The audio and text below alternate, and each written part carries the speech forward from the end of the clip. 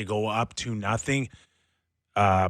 Carolina gives them breakaways on a platter. By the way, let's pat ourselves on the back for saying we're going to be sitting here on Monday and Willie's going to have scored 2 goals in the 2 games since. Goes out there in the I first don't think period. he was very good either. No, but the Right? first 10 minutes he looked like prime Marcel Dion. He did, but to my point, they also gave so much in the first 10 minutes, and they spotted them.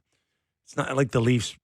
It's not like they looked the rest of the game, and then the Leafs still found ways to score 2 goals. They gifted them 2 goals.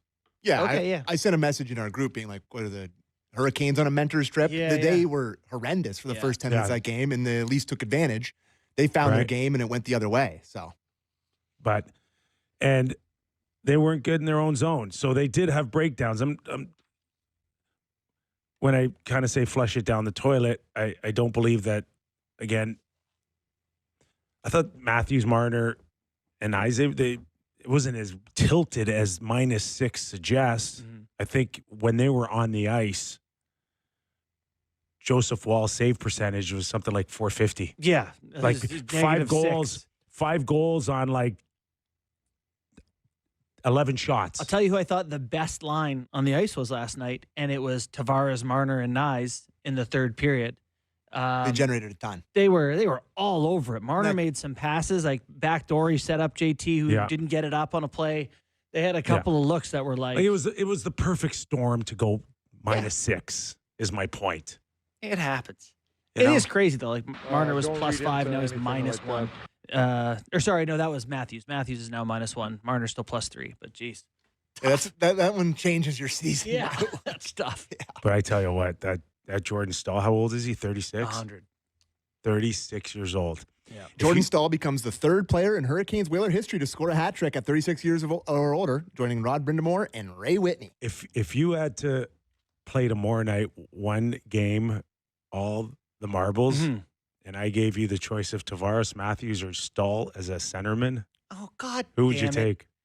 Austin Matthews. Okay, Yeah. I'm taking Jordan Stahl from last night. As a top line, one But guy, you're nuts. that guy is the ultimate 200-foot, like, playoff kind of guy. I'm glad you don't cover the Canes. If you watch Jordan Stahl 82 times, you'd be like, this guy's a dog. He can't skate anymore. He was really good last night. He's a horse. He's really good. Hey, what a career he's had. And last year, I think he finished 2nd in Selke voting, if I'm not mistaken. He was way up there. He is the ultimate. You're right. 2-way. But all kidding aside, Sebastian Aho's not having a great year. Sveshnikov is not having a great year. Martin Nakash, Natchez. Having a good year. He did. He was on fire, and now he's cooled down the last 15 games. We have Craig Berube weighing in on the Stahl line dominance in clip 6. If we could check in on that, please. Yeah. Oh. That's, yeah. Sorry, my bad. Go ahead. Well, they're a good line. They've been a good line. And, they're just hard to play against. They're heavy. They're above you all the time. They make you work for everything. And they ended up capitalizing us on a couple goals against. So it's difficult. But like I said, we just had too many breakdowns tonight that we got to clean up. So you think of Jordan Stahl as like this shorthanded goal specialist. He gets one last night. And I'm like, I wonder where he ranks all time in shorthanded goals. So he has 21 shorthanded goals. 21, wow. Do you know Wayne, of course, has 73 shorthanded goals. No, he doesn't. Yes, he does. And Brad Marchand is the active leader with 36 shorthanded goals. Jordan Stahl has 21 to be 74th on the all-time list. Marchand's off the charts as a penalty killer. Him and Bergeron were deadly. And you know also deadly this year. You sent us a stat the other day. The best 2 in the history of the game shorthanded. Those 2 as a duo. Yes. No argument for me. This year, is it Braden Point and Anthony Cirelli who are a duo? Yeah. They are, when shorthanded, outscoring their opponents 5-4. And they are on their top guys. Is that impressive? You imagine that your top 2 forwards are plus when shorthanded? Pretty impressive.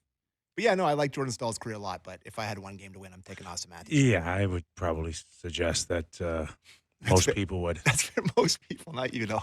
The Canes. We have one more clip on the Canes. Do we want to hear another thought What from was that? Berube on that? Yeah, we can. Yeah, sure. Yeah, Sure? let's play it. Clip All two. right, finish up They're the a good game. team. I mean, they're difficult. You know, they work and they compete down low. You know, I thought that started off that way. We were killing plays and we got the puck and went north with it, but too much in our zone tonight and ended up in our net. Yeah, I mean, nothing shocking. This is a team that's a bad matchup for the Leafs. This is 5 straight losses for the Leafs.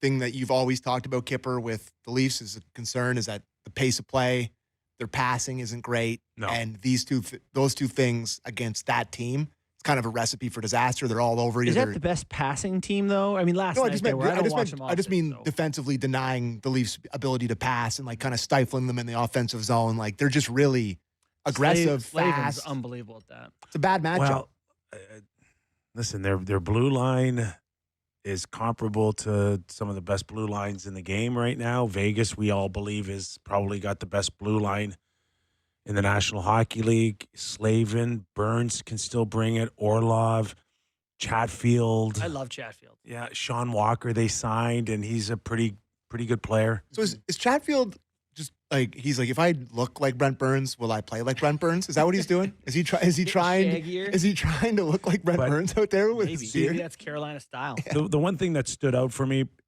like 15 minutes into the game, once they got going a little bit, is the mobility and the quickness, particularly on this Carolina blue line that can take pucks off the wall, put it in the middle, drag it to the middle of the ice, and then have outlet passes or shots on net, or like, and they disguise it, and you're not sure what seam or lane they may hit.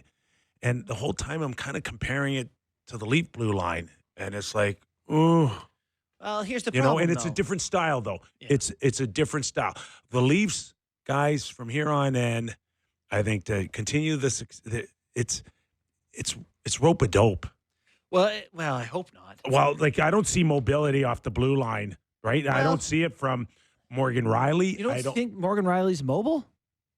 Buddy, I haven't seen much mobility. I don't see him as a threat. I see him late. I see him late in his own zone to challenge guys below the goal line. I see him late to arrive on a rush. I see him. I don't see it. Yeah. I don't see it. Chris Versteeg and Francois Beauchemin to Los Angeles Kings, possible deal with Toronto Maple Leafs.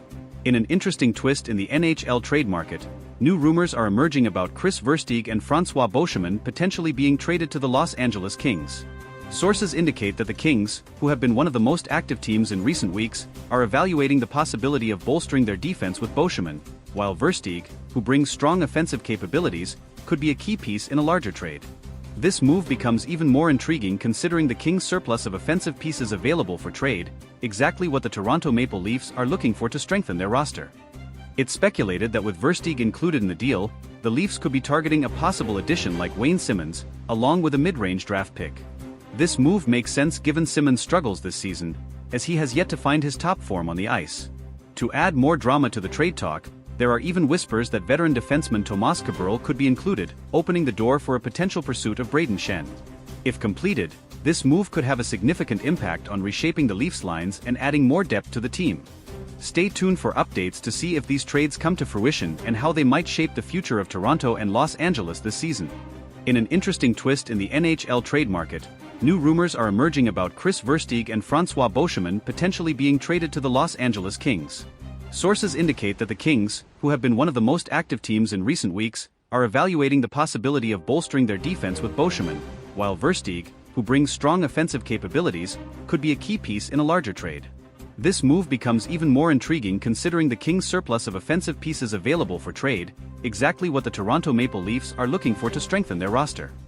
It's speculated that with Versteeg included in the deal, the Leafs could be targeting a possible addition like Wayne Simmons, along with a mid-range draft pick. This move makes sense given Simmons' struggles this season, as he has yet to find his top form on the ice. To add more drama to the trade talk, there are even whispers that veteran defenseman Tomas Kaberle could be included, opening the door for a potential pursuit of Brayden Schenn. If completed, This move could have a significant impact on reshaping the Leafs lines and adding more depth to the team. The Kings' situation is complex, as they are in the midst of a transitional period. Their aging roster, which includes a core group that led them to several successful playoff campaigns in the past, has seen some struggles in recent seasons.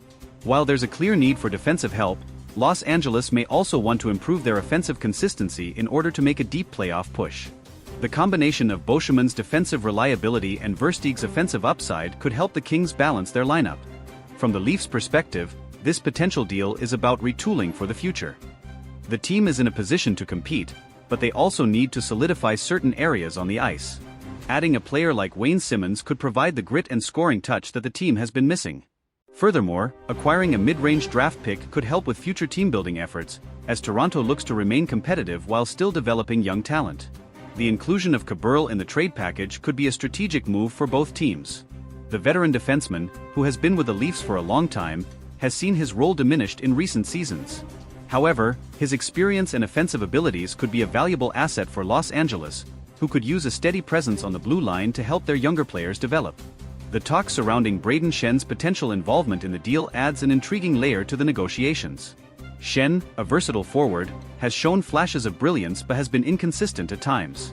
If the Leafs are able to land him, it could be a great opportunity for both the player and the team to find success together. Schenn's physicality, two-way game, and leadership could be exactly what the Leafs need to bolster their forward group. While the trade market can be volatile and unpredictable, these rumors suggest that both the Kings and Leafs are preparing for significant changes. For Toronto, this could mark the beginning of a new era, with a focus on adding more experience and depth. For Los Angeles, the trade could be a chance to retool and address some of the weaknesses in their lineup, while still competing for a playoff spot this season.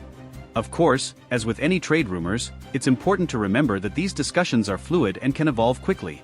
There are many moving parts in these types of negotiations, and both teams will likely have to weigh their options carefully before making any final decisions.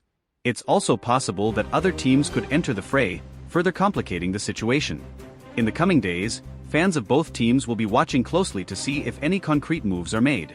The NHL trade deadline is fast approaching, and teams are scrambling to position themselves for a successful postseason. Whether this rumored deal materializes or not, the possibility of a major trade between the Leafs and Kings will certainly keep fans on edge as the season continues to unfold. The trade talks involving Versteeg, Boescheman, and potentially Simmonds or Schenn highlight the delicate balance that NHL teams must strike between immediate success and long-term growth. Both the Leafs and Kings are trying to find that balance, and this rumored